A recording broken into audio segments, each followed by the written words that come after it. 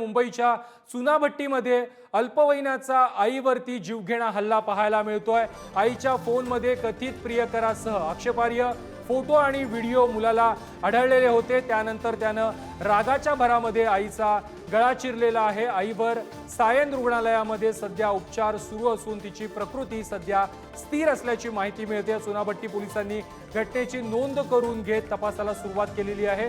पोलिसांनी मुलाला ताब्यात घेऊन डोंगरीच्या बाल सुधार गृहामध्ये पाठवलेलं आहे।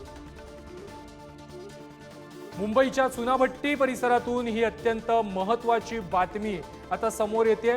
एका अल्पवयीन मुलानं आपल्या आईवरती जीवघेणा हल्ला केलेला आहे। या संदर्भात अधिक माहिती देत आहेत आमचे प्रतिनिधी रिद्देश हातीम। रिद्देश, मुंबईच्या चुनाभट्टी परिसरामध्ये आईच्या फोनमध्ये काही फोटो आक्षेपार्ह आढळल्यानंतर या मुलानं आईवरती जीवघेणा हल्ला केला आहे। काय दिसची माहिती आहे? मुंबईमध्ये एका 14 वर्षीय मुलांनी सख्या आईचा खून करण्याचा प्रयत्न केला आहे। मुंबईतील चुनाभट्टी परिसरामध्ये धक्कादायक घटना घडली आहे।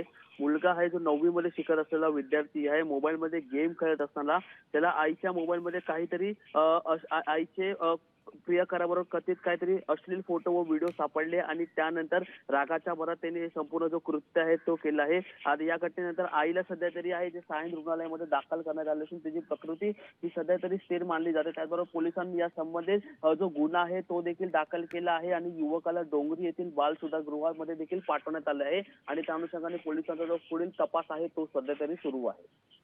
नक्कीच रिद्देश, धन्यवाद तुम्ही दिलेल्या माहिती संदर्भात।